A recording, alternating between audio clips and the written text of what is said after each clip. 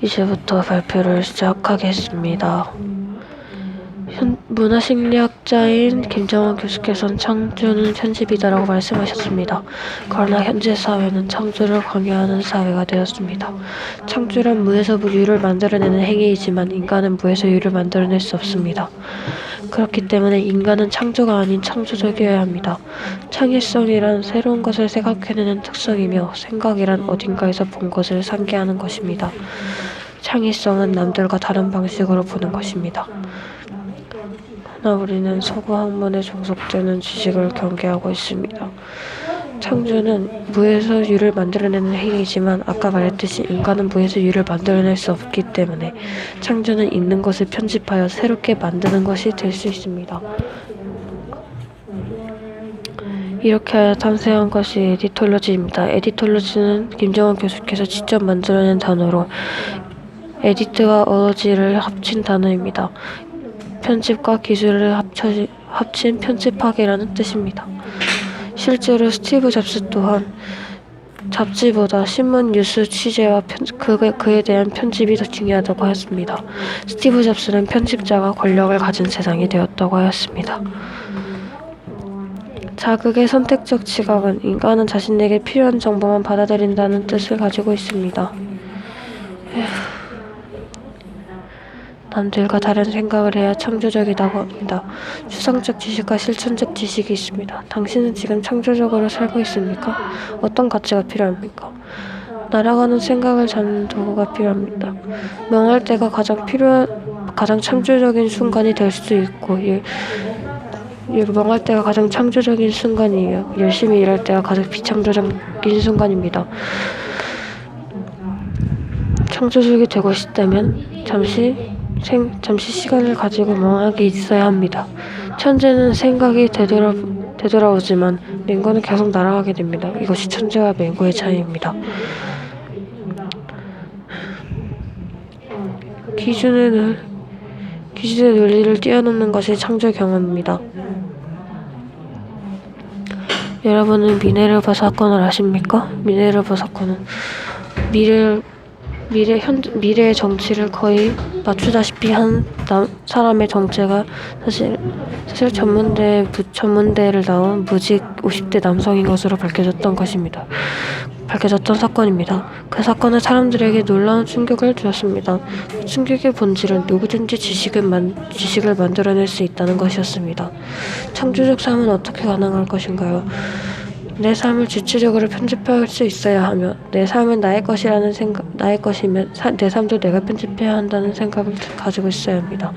인간은 문화 사회적 맥락 속에서 이해하며 배경과 맥락을 같이 보아야 합니다. 맥락이 남을 위해 바뀌면 아주 힘듭니다. 새로운 맥락에서 다른 사람이 되며 맥락이 바뀌면 전혀 다른 사람이 됩니다. 짜증은 심리적 과부하의 증상이며 행복하려면 어릴 때 하고 싶었던 일을 해야 합니다. 그러나 삶의 맥락을 바꾸고 싶다면 외로움을 감수해야 합니다. 한국 사람은 외로움이 무서워 관계로 도피를 하는데 창조적 삶을 위해서는 나를 위한 시간이 필요합니다.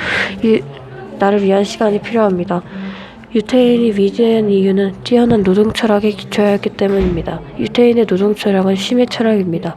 외로움, 휴식, 자기 반성 등은 주체적이고 창조적인 삶을 이끌어낼 수 있습니다. 나를 위한 시간이 내 삶을 주체적으로 편집할 수 있습니다. 21세기 인류가 찾아낸 새로운 가치는 재미와 행복입니다. 인간은 재미와 행복을 위해 살고 있습니다. 그러나 아무도 재미에 대해 이야기하지 않습니다. 완결성의 원리는 불완전한 정보를 완전한 정보로 만들려 하는 심리입니다. 재현에서 편집으로 바꾸기 시작한 것이죠.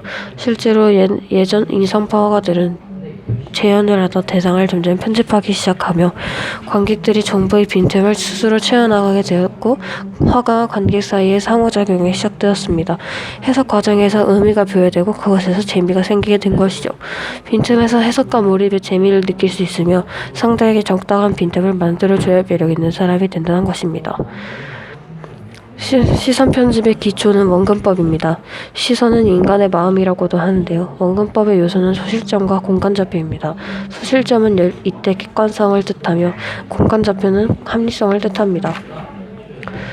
21세기는 멀티플 퍼스펙티브의 시대입니다. 객관성은 주관성과 관련되어 있으며 객관성은 주관성과 관련되어 있습니다. 예전에는 그림은 정면에서 봐야 한다는 문화적 편견이 존재하였으나 한 화가에 의해 그것은 바로 깨지고 말았습니다. 당신은 행복할 준비가 되어 있습니까? 지휘자는 속도의 편집자이며 지휘자는 동시에 시간의 편집자입니다. 음악의 영상화를 통해 시각과 청각을 편집한 카라얀은 그 당시에는 매우 욕을 먹고 지휘자도 아니라는 여러 가지 욕을 들었으나 현재는 클래식은 카라얀이 없으면 먹고 살기 힘들 정도로 카라얀에 의지되고 있습니다. 인간의 감각은 모두 연결되어 있습니다. 그것을 공감각이라고 합니다. 창조의 조건은 재미입니다. 편집은 재미를 극대화합니다. 재미와 추구를 통해 창조성을 발휘하는 21세기에 가장 재미있는 것은 공부이며 재미있게 사는 법을 가르치는 곳이 학교입니다. 또한 내가 좋아하는 것을 공부하는 것이 재밌고 좋아하는 것을 공부하는 게 제일 행복합니다. 어떤 행위에 깊게 몰입하면서 시공간, 자신에 대한 생각까지 잃어버리게 되는 심리 상태를 플로우라고 합니다.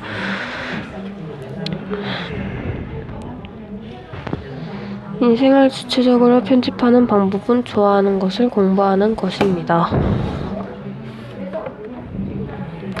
지금까지 김정원 교수님의 강의를 듣고 필기하고 정리하고 발표하면서 지금까지 몰랐던 에디톨로지에 대해 창조가 얼마나 중요한지 내 인생의 변화에 대해서는 여러 가지를 배우고 깨달았습니다.